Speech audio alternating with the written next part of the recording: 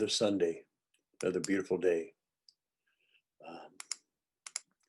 While we're waiting for people to come in, I'd like for us to meditate to some Zazen music. And I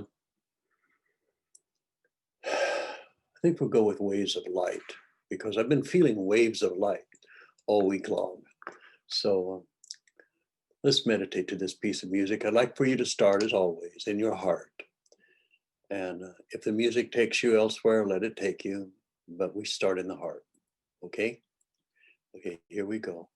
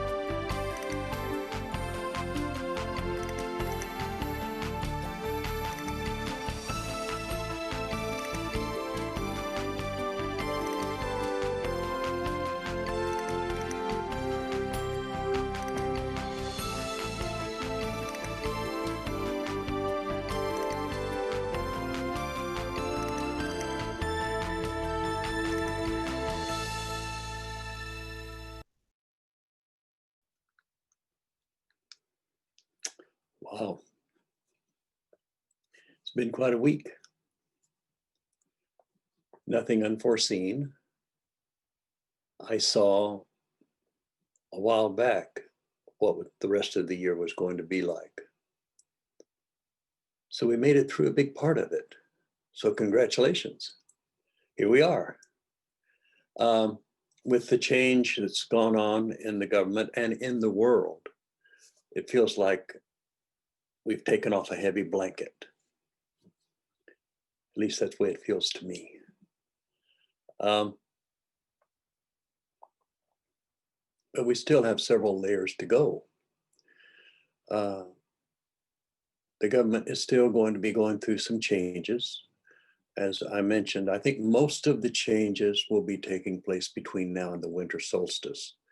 So that's why, you know, as I keep saying every time we meet, that's why we're doing the Tao every day. We're doing something together. I could have picked up some other thing for us to read, but I felt that this was good because each night it was just a little short reading and then a meditation. I've been doing it every morning around 4 o'clock. Unless Puggy wakes me up earlier to go outside, then I do it earlier. But yeah, I saw that this is going to be kind of an interesting time between now and the winter solstice. And I actually think we're not going to have a lot of, it's going to start getting better around the winter solstice, but there will be that little glitch that takes place around in February, around the inauguration, the end of January. And that will start getting better. The baby's being born. So as we struggle through the next few months, probably being sequestered in our homes because of the COVID, watching people get ramped up about some cause, being scared to death about climate change, the economic situation, a lot of people having to go through a lot of changes, having to maybe be evicted from their homes. There's all kinds of things that can happen in the next few months. And this is why we incarnated. This is why we're here. We're not here to be a victim. We didn't come here to just suffer and, oh my God, it's so terrible, and then we die. No, we don't do that. We came here because this is where the action is. You know,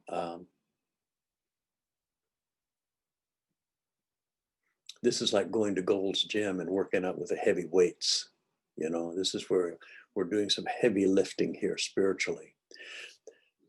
Every incarnation is a way that the soul advances.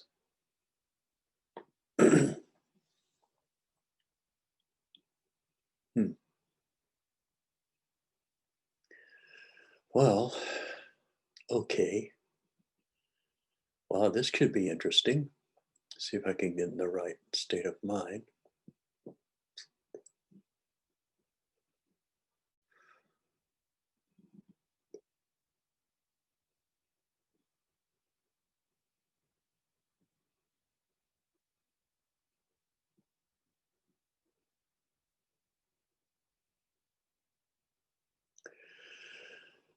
As we go into the winter months and later on into the spring, mainly because I see that we're probably going to be stuck in our homes for quite a bit of time,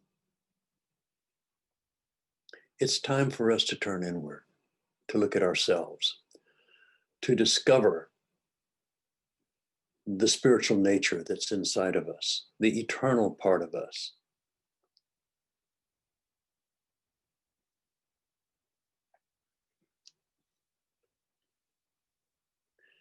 You know what this is like for me. It's like being at there's a merry-go-round, you know, and you're trying to figure out when are you going to leap onto it. So I'm watching the energies go around. I'm going to leap onto it here.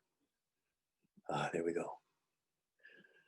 What I'd like to talk to you about today is you.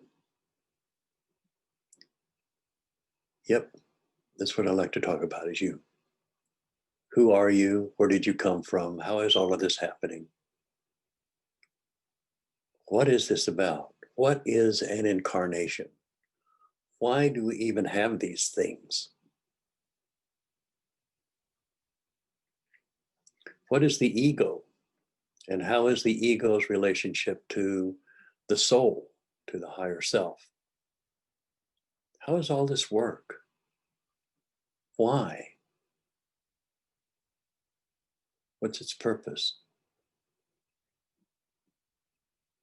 So I'd like to talk a little bit about that today.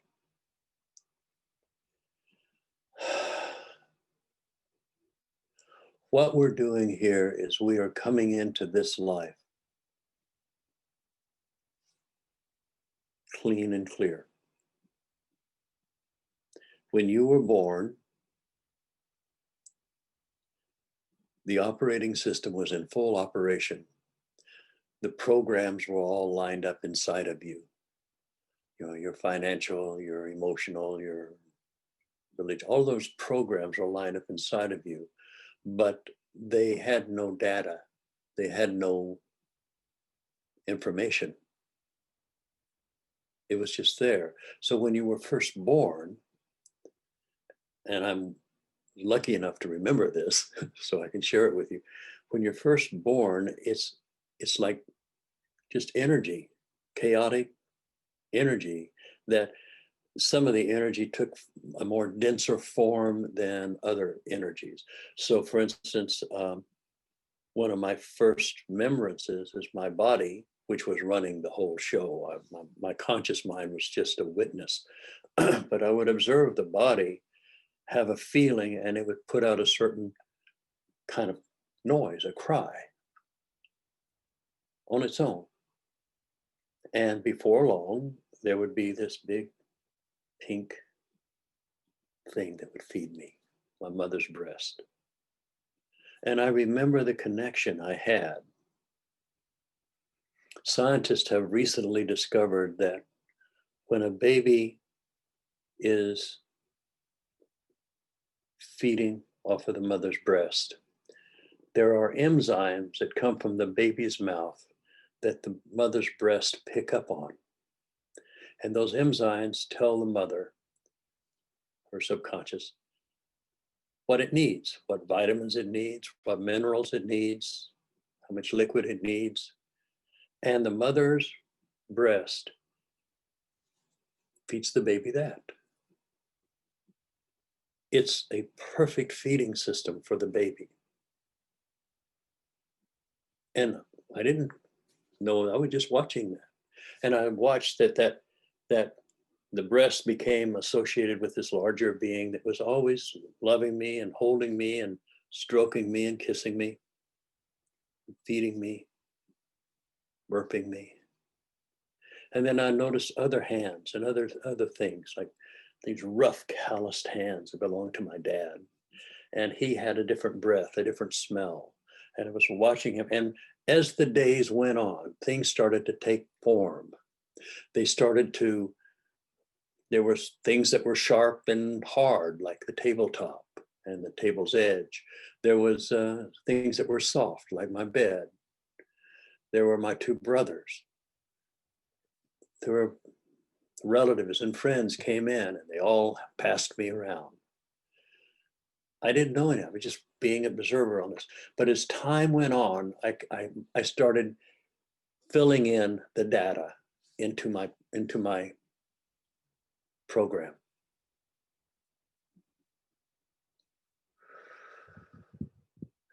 And as the data came in, my awareness of life started to grow. I became more and more aware of my home, you know, the things in my home and the people in my home. I became more and more aware as time and days went on of things outside the home, the outside, automobiles. It started within my own family. You know, in sociology, they say that generally people think that their family is the best family, and that their family lives in the best part of their little village, in the best part of the block of their village, and their village is the best village in the state, and their state is the best state in the country, and their country is the best country in the world, and their world is the only thing that exists other than just a bunch of stuff in outer space. Everybody feels like it, whether you were born in South America or India or China, it doesn't matter. When you're born and you're growing up, you have this identification with your environment.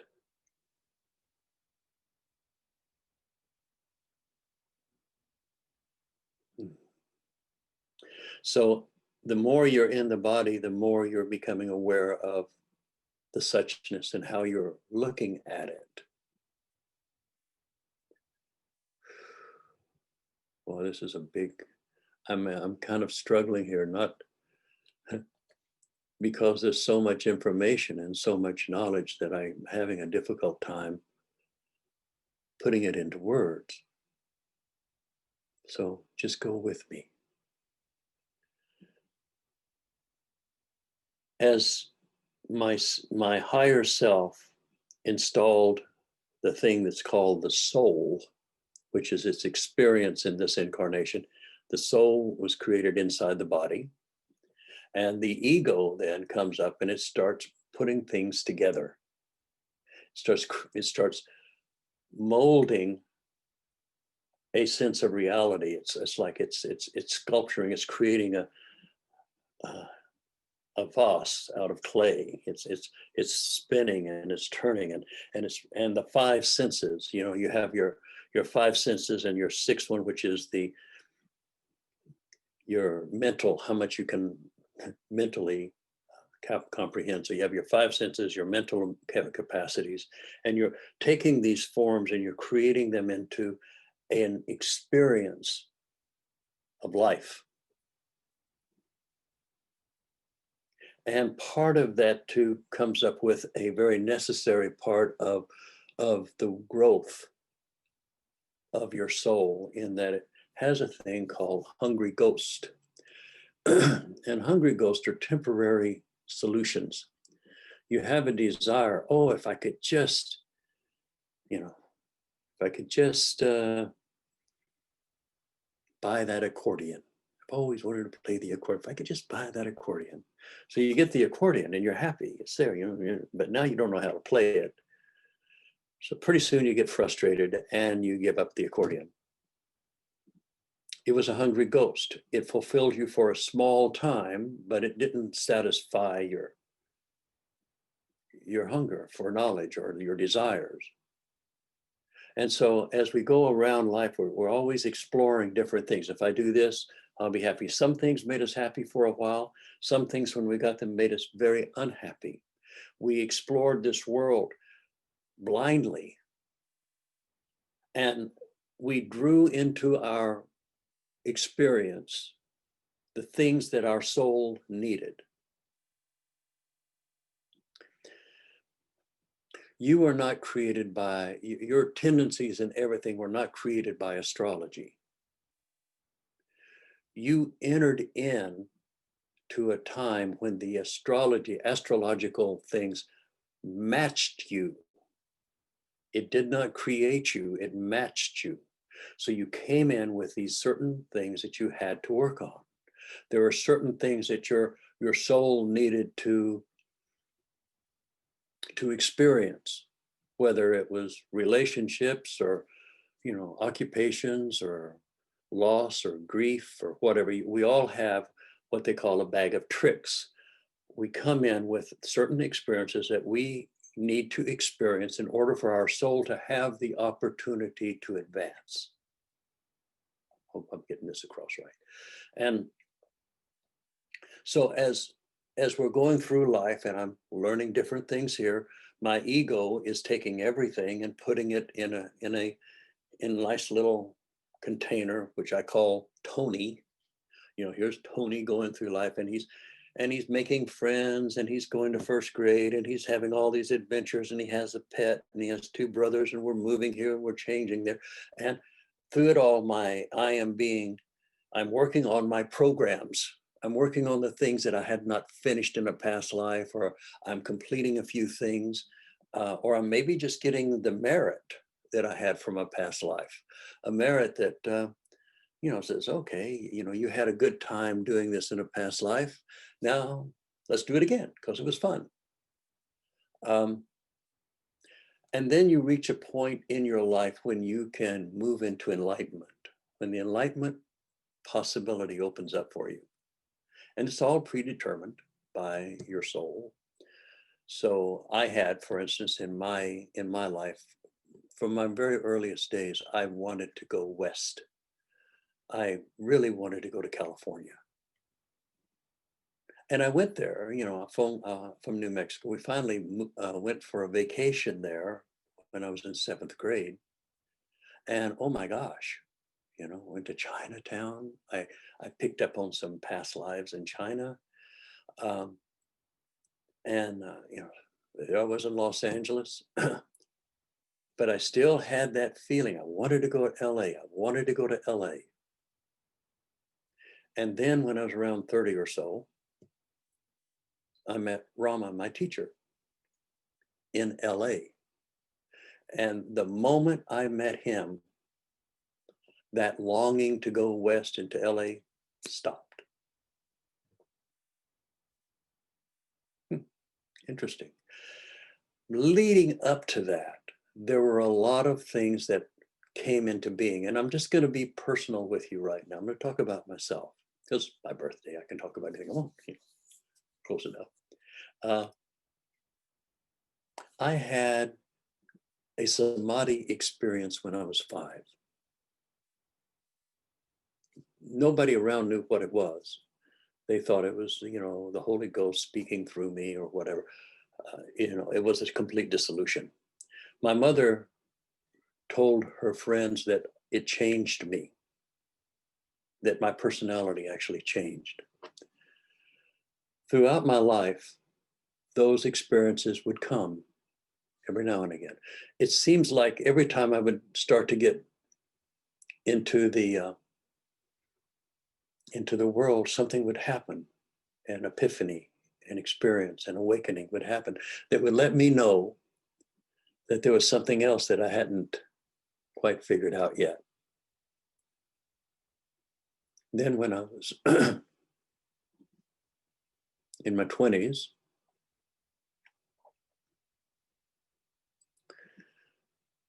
my brother took me to an alpha awareness class. And an alpha awareness class was kind of like the Silva mind training. It was self-hypnosis. It was how to speed read. It was how to handle pain. It was how to set an internal alarm clock. It was very how to speed read. It was all of these things. It was an incredible experience.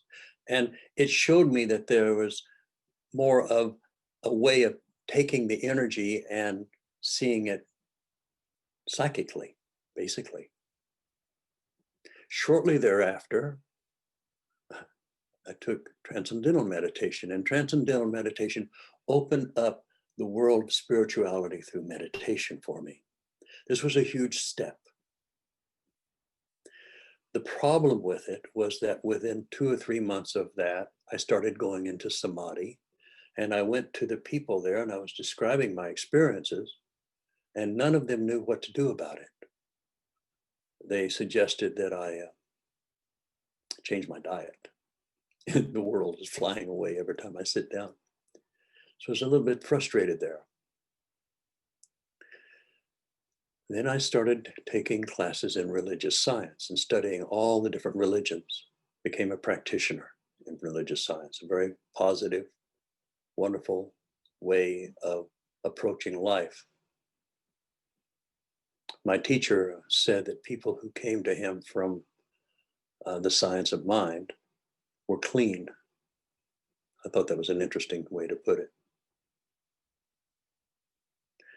So I did that for a few years, and then I went to a human potential workshop. It was very similar to EST, but it was very small, only like 16 people, 3 days, very intense. And there I learned to process my feelings. I learned, like in transcendental meditation, they say when you're doing your mantra and thoughts come up, that's because something was stuck inside your body, and the mantra was releasing that bit of energy. So the mantra, the meditations you had that were full of thoughts were probably some of your best ones because you're letting go of energies.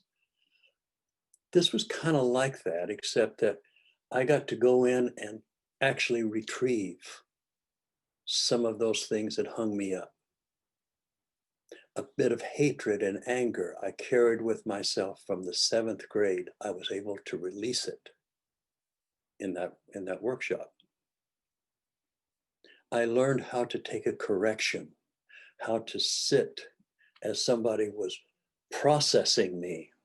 You're not facing this now. You're making excuses.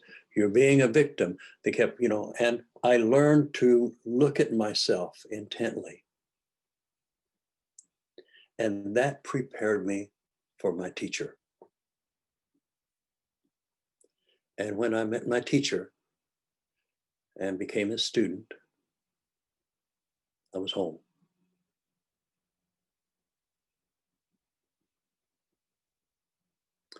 All of that was my ego processing my world, putting this together, putting that together. And every once in a while, I would come up against a process that would allow me to do some introspection and look at my issues inside myself. My ego had created for instance, in this one instance, a hatred for some boys that humiliated and harmed me. And I learned to forgive them. That went away. So when I became more into the enlightenment process, I learned over the years to look at those things where I would have the pain body come up, as Eckhart Tolle talks about. When the pain body would come up, I would watch it. And then when the pain body would go away, I would then go in and see what caused it.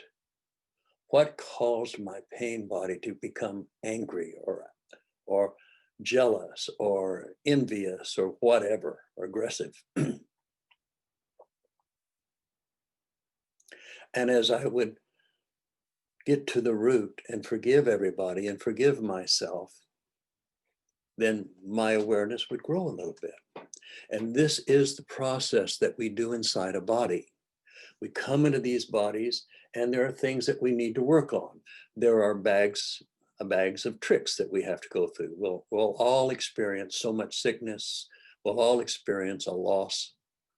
We'll all experience success. We all experience what our soul needs us to experience. And the only place we can perfect the soul is inside the body. It's like my program that I brought in had some glitches in it, but I can go through now as in my meditation and in forgiving people and into finding the light in everything that I touch. I am reprogramming my spiritual DNA so that in the next life, I won't have to deal with that so much. I'll come in with a different astrological sign that will match who I am at that point. It's all one, it all ties together. It's so beautiful when you see it. And as you start to awaken to the idea is that we start to control our ego instead of letting the ego control us. You are not who you think you are. You're much more than that. The world is not as you see it. That's just how your ego is putting it together. And your ego is putting together that way because those are your experiences. Those are the people you've been around. They've all influenced you. They've told you that maybe a certain race was not a good race and other races were the real one. They get you into this race thing, or they get you into a financial thing where, oh, those poor folks that are down on the other side of the tracks, they're so poor. Aren't we? I feel so bad. I have so much pity for them. Yeah, pity, but no empathy, no compassion. And then you start to awaken and you start to have empathy. You start having compassion. So the ego is being tamed. In Carlos Castaneda, they had a process called sweeping the tonal clean. And the idea is that they hang you in a chair in a tree, and you would sit there and with your eyes closed and think about your life. And when something would come up in your life that would have an emotional charge or just grabbed your attention and kept it, they would sweep the tone all clean. They wouldn't get rid of the memory, but they would take the energy off of it. So that now you have the memory of that, and you can not only see it and talk about it, but you can also see what it was trying to show you about you. Everything is your teacher. And you can either complain about your teacher or you can learn the lesson. We are in the process of self-discovery. And as we get into self-discovery, we start taking these things that the ego has constructed, that this is the way it is. You know, you've got to be a Jehovah's Witness or whatever, and you can't be anything else. And we start to shed that skin and open up to a broader view.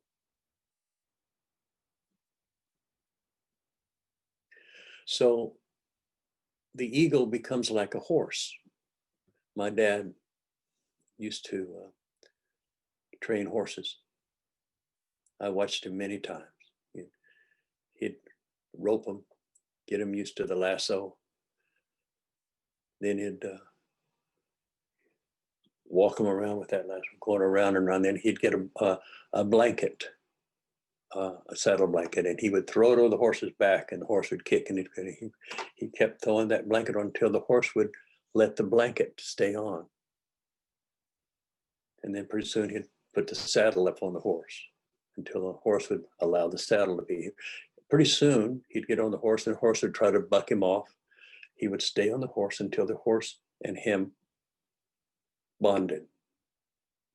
And from that point on, the horse was a beautiful animal. The horse can take you what you do on your own day. If you're walking, you go 20 miles, a horse can take you 50, 60 miles easily. Instead of pulling a plow and having somebody stand behind you as you pull that single row plow across the field, a horse can pull several plows. It's a wonderful, magical animal, intelligent. It can be a friend, but it has to be taken under control. Your ego has to be taken under control. It has to give up its wild ways. It needs to be honored. It needs to be taken care of, but it cannot be allowed to run your life. You start running your life from your higher self after a while. You start tuning in to the divine. And then you start seeing that divine in everyone and everything. I know this is kind of confusing to some of you, maybe not, but maybe this will help.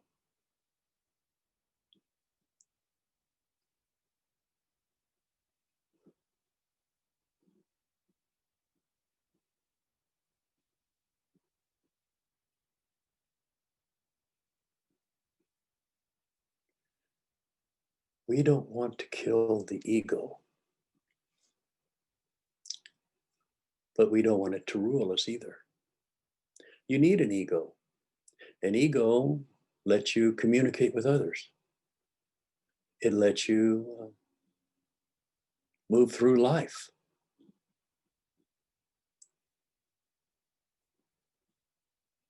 It's a vehicle that you can be in charge of, or it can be in charge of you. I'm always talking about my little dog, Puggy. I take him for a walk. Sometimes he thinks he's in charge. I have one of those leashes that go out 20 feet. And I let him think that sometimes. He's just doing what a dog does, you know? He sniffing here and going over there and pooping here and growling at other dogs. He's, you know, trying to explore different things. But I'm going down the path and I know where we're going to go. I know the direction we're going to go that day. And when he starts to go another way, I just jerk it and pull him back and we go this way. I'm the leader. He thinks he is, but I'm the one.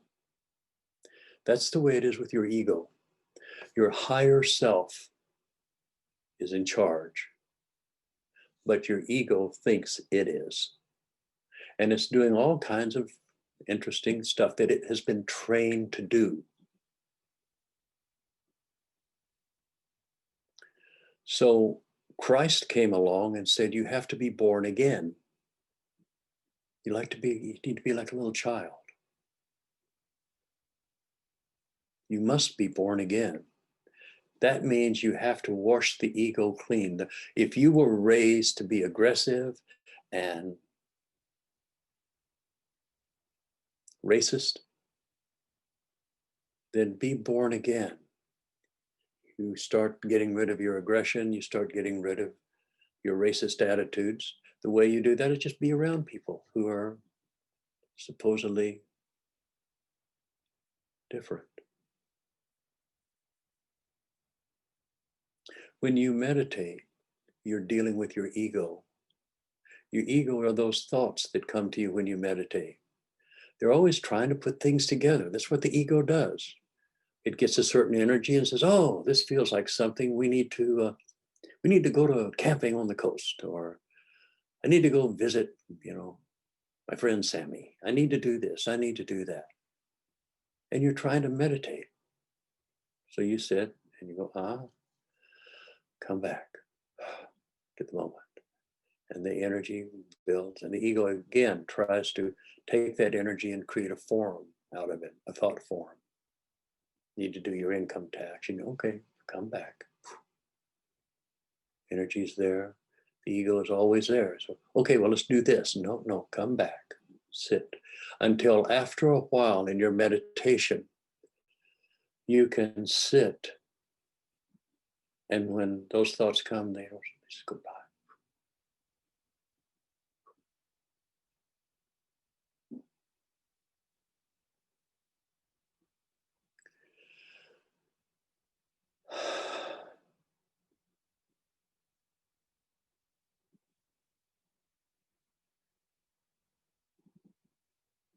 We start to awaken. We start to awaken to the fact that we are not what we thought we were. We're not the egoic projection. Sometimes on the path, you get another name, a spiritual name. I have the spiritual name of Shiva.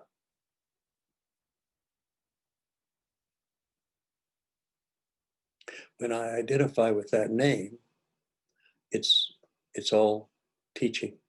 It's all enlightenment. When I'm focused on being Tony, then I have an ego.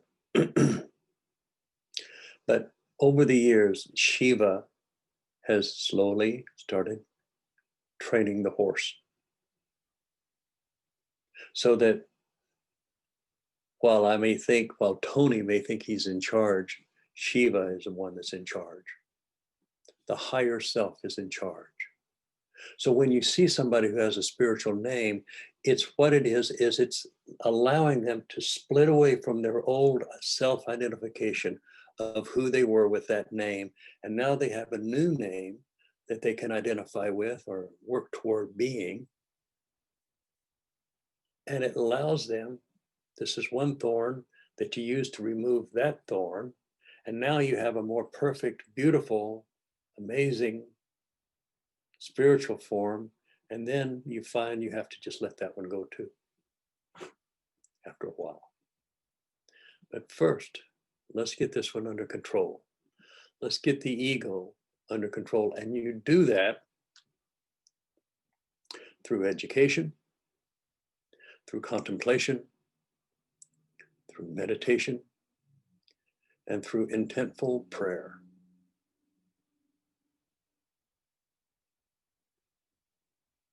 And through using those tools, you start to purify the soul. You start to let go of your angers. You start to let go of those habits that have been holding you in a certain place your whole life. It allows you to finally Get a hold of that part of your life that keeps repeating. I go from, I got a job, I really loved the job, and the boss was great. And then after about 6 months, the boss just got on my case and he wouldn't get off. And finally I had to quit. So I get another job, same thing happens. Get another job, same things happen.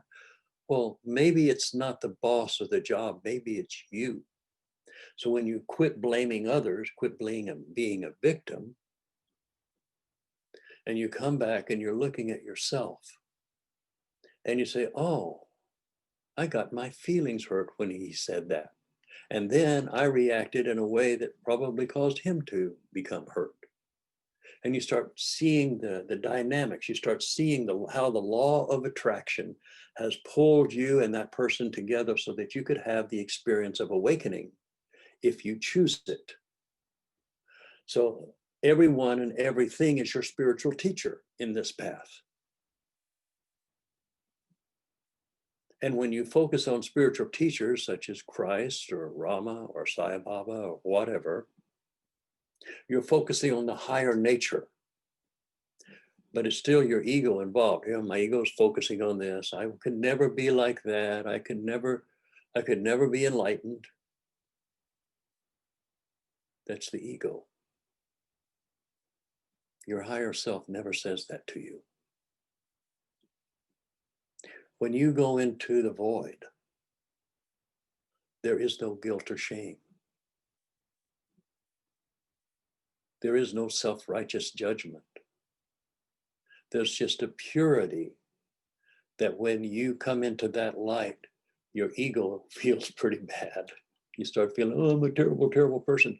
But the higher self never says that. It doesn't feel like you're a terrible person. It loves you.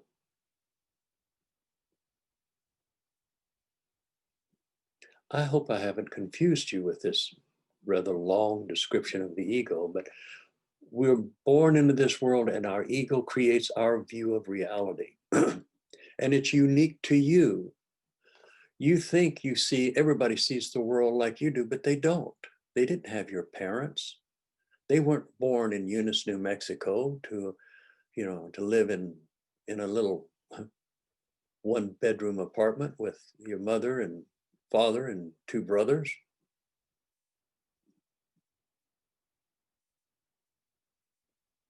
Your life was different. It's unique to you.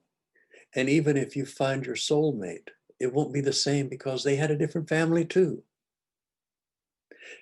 Even if you have a twin, it's different. A lot of things are pretty close, but you still are different. You're unique. And you're here to awaken. And you're not only here to awaken, but you're here to be of service, because when you start to awaken, you realize that everyone is one. And so when there's suffering or when there's ignorance, you try to dissolve it within yourself and within others. Physician, heal thyself. Heal yourself. Gather up your own power so you can have something to give to others. Oh my gosh, this merry-go-round can go on for hours and hours. I could literally talk about this for hours. But I think you've had enough. And when it all gets a little overwhelming sometimes, go deep within your heart. Seek your higher self. Seek God. If you need to go through a spiritual teacher to get there, then you do it. If you have to go through Christ or through Sai Baba or through Osho or through Rama, whatever, you do what you got to do. But I think when you start to awaken, you realize that even those people, even those beings, those ascended masters, those avatars are just part of you. That everything's part of you. Your ego tells you you're having a spiritual experience. Your higher self said, no, you're having a very temporary and transitory physical experience. When you die, only 2 things pass away: your physical body You won't get that one again, thank goodness. And your ego, how you've put everything together. And you slip out of this like you're pulling an arm out of a sleeve. And you see the progress you've made in that life. And you may even see the backward steps you made. But it's an ongoing process, lifetime after lifetime. Every lifetime, a new ego is created to experience that world. It creates the language, it creates everything. And it reprograms the soul. And that's what we're here for enlightenment. And to show enlightenment to everyone we know and everything we meet. Good luck during the next few months. We take refuge in each other. If you're feeling down, you need to call somebody. Call a spiritual friend. If you feel like you're so angry and that the world is treating you so badly, you're so angry. I mean, everybody's against you. It's horrible, it's horrible, it's horrible. You're just beside yourself. So you call up a friend and you tell them everything. You hold back nothing, but you have to do it with a foreign accent. Watch it disappear when you do that.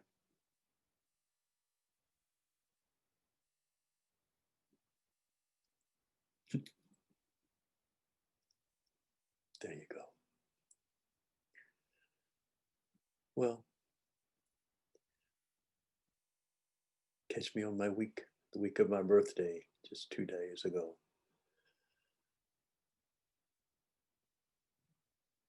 Remember, everything is made of love. And it's love that binds us together. It's love that binds everything together. The only separation between us and that love is our experience of this world and our ego. Seek the higher part of yourself. Seek the Buddha nature that's within you. Contemplate the higher things. The Sangha, the Dharma, the Buddha. Your spiritual friends, contemplating spiritual teachings, and spirit itself.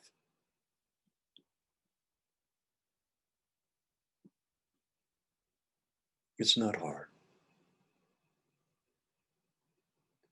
But you have to break that horse. And the horse is not easy to break. So you meditate. You do your spiritual practice. Become enlightened. Become awake. You're already there. We just have to get this stuff out of the way. Okay, I think I've said enough. Namaste.